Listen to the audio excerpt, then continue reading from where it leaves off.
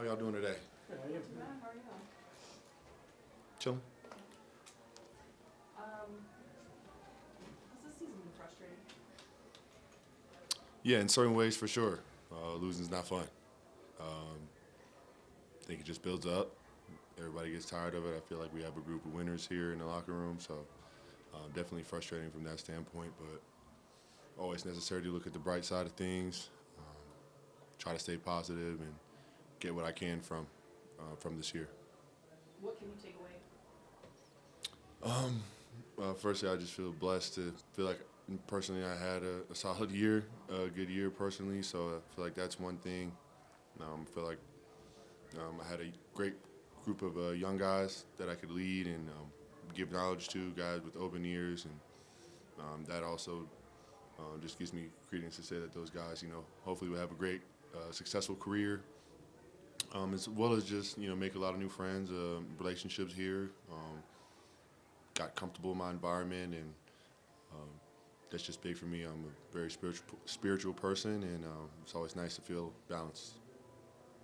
Why do you think you had such a, better season this year than your first year in I can't really answer that, I guess, with one specific answer, but it's definitely a combination of obviously coach and myself having a chemistry as well as my teammates. Um, Lowry, Key, or Walker, et cetera, guys I've had more than 1 year with, us having more chemistry. Again, having a more of a solid mental foundation to play from, and again, just the work, all the work that I put in this summer. I feel like I dedicated myself to the gym, and I'll say respect the game, respect the game, respect the game till I die, and that's what I believe about the game of basketball, and I feel like I've done that, and it rewards you. Do you anticipate picking up your player option? I hope so. I'm not sure what's to happen or what the future holds, but I hope I could come to an agreement, move forward, and start start anew. But I just know that's not how things always work out. In the perfect world, in the NBA, it is business at the end of the day. So I'm just open to anything at the end of the day, and I just want it to be the right move. If it does mean staying here and being in Utah, I'm cool with that. I just want it, like I said, to be right, and something that I can cherish going forward, and look back on in my career and be like, I'm happy. Would the composition of the team make a difference there? Like if this team is just as young and you're still like looking at a rebuilding season, would you prefer to be somewhere else where you can win? I mean, not necessarily. As I said, as long as I feel like I'm an important part or building block, whatever et cetera, a part of the plan, then I'm here for it. I'm a ride or die type of guy. I'm loyal, and as I said, if we're gonna crash and burn, I'm with it. You know what I mean? Not to say I want to crash and burn at all in any way, but if that's what's gonna happen, I'm staying on the ship. Excuse me. So, um, as I said, I'm just open to whatever, and I'm trying to stay optimistic. Matt, so do you kind of see a future where you are a building block of this team? For sure. Or that's just how I try to always imagine it from the positive aspect. But again, I try to just stay grounded and know that my fantasies and my dreams don't always manifest in the way that I want them to. So I'm trying to just be again patient and try to analyze the decision and make the right one, and just not rush into anything. Honestly, so trying to just, like I said, stay even. Do you think that you've kind of opened up your game a little bit since you've been here? For sure. For sure. Definitely. I feel like the jump shot, the spacing, the floor spacing, I know there was a question about it, and I feel like I proved that I could shoot again. And then again, for an area that I'm proud of is my ball handling and my ability just to create with the basketball and score not only in the post but from the perimeter. And I feel like that just made a big difference in how teams had to guard me, and how coach could also use me as well in the offense. And again, I would say respect the game as well as all the hours spent in the gym trying to work on that. And it's just a blessing that I'm happy to have again manifested and playing well, and adding new layers to my game. I think you're also eligible for a contract extension beyond next Yeah, year. yeah, yeah. Would yeah. you prefer that as opposed to being an expiring contract? I know some guys have a hard time with that. Yeah, I mean, again, in the same way of, do I prefer it? Sure, but it's whatever makes the most sense. Is just sort of how I feel. Um, but I don't really feel any indifference between having to do either or. I just again I understand it's a business and sometimes stuff happens, so I just gotta be prepared to do my job. So So you wouldn't be worried about like going into a free agency situation? I mean, not worried. No, am I do you know what I mean? Right. Not necessarily worried, but sure. Am I anxious to figure out my future? Damn right. Yeah. But nervous, not necessarily. I just know that, or I trust in myself and in my game and what I've shown, not only as a basketball player, but just as a person in that sense. So, again, just trying to be patient and not overthink it too much, but definitely I'll say anxiousness, Like eager. yeah, ready to get it done with Yeah. and move on to the next step more so than I would say nervous, even though I know that's not necessarily what you were Right. asking. But you just want it ironed out. Yeah. How weird is it to not play when you can play? It's a sticky situation. Something that I've never necessarily been a part of, but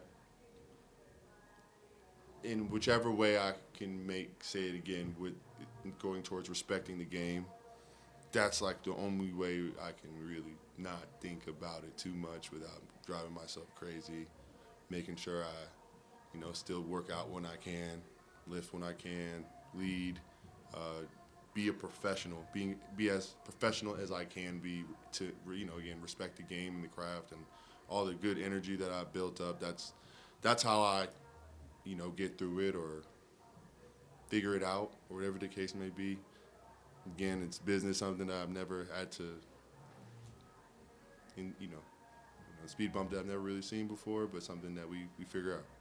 Do you think there's a way to solve this, like this whole tanking issue that would not allow or make it so you don't have to deal with this sticky situation? I don't know. Honestly, I think where there are rules, there are, line steppers or rule benders. Would you have people who are going to just figure out a way to go around the rules? And I feel like that's sort of just the NBA way for, to figure it out, whether it be within the rules or not within the rules. It's again, the sticky situation. Certain teams have certain situations that are more beneficial or less beneficial. So I'm really not sure that it's a tough battle, but I'm not sure what can be done. As a vet and voice in the locker room, what was your approach to leadership this season? I always go from the standpoint of trying to give the young guys stuff that I had and also what I feel like I didn't get from my vets. And, I feel like the biggest thing that I didn't really get from my vets was actual true advice, not off the court. Not necessarily to say off the court advice doesn't mean as much, but I feel like sometimes guys hide game from players and hide actual tips and actual tricks and trades of the game, how to mentally prepare or charge or recharge yourself, all the meditation and just surrounding things and aspects that guys do that makes them great that aren't necessarily shared. Not saying I'm trying to give away every secret I have, but I want to give away genuine game advice. And that was my biggest goal, is to not just talk, yell at them, yap at them, but to try to give them something that they can actually use and manifest into them having a better career. And outside of that as well, big part of leadership is listening too. So I feel like I've tried to shut up and listen a little more. So when I do say something, I'm, not just trying to say it to respond. So I'm trying to actually listen, give advice in any way I can help, whether it's being more aggressive or less, whichever way I can. I try to be patient, but hit my mark when I do speak. There's scenario where you played your last game for the Jazz. How do you feel about your time in Utah? It was a time of growth, honestly. A place where I can come and, not only grow up my game, but I feel like grow mentally. Going from a team like Atlanta, who was, sort of always in the playoff loop, to obviously a rebuilding situation is tough. But I feel like I've been there before, and I feel like if anything I can take is I can try to bring the light and show the younger guys or guys who haven't been in a situation before that there is light at the end of the tunnel and that you can get out of this situation. It's not the end. You got to go through the trench without seeing the end of the tunnel. And you have to continue going until you finally see it. It's, It's almost a never-ending battle. But if anything, as I said, it's just a time of personal growth. How much will you be paying attention to draft lottery night? Enough, but definitely not letting it intrude my summer by any means. No, but I'll be paying attention for sure. There's a lot of fans probably that, have seen the injury reports this year and they don't know the ins and outs of how cautious the team wants to be with everyone. And so like, if today you had to play a playoff game, would you be able to do that? I hope so. I hope I'll be able to. I feel like I could. Do you expect to be healthy this summer and next season? Oh, for sure. I feel like, as you said, again, we use the words, again, another sticky situation, but I feel like it's being handled in a way that is beneficial for not only my ankle, but for just, the team situation. And long term, I'm expecting 100% recovery from my ankle for sure. All right, well, cool. Thank you guys. Thanks, John. Thank y'all.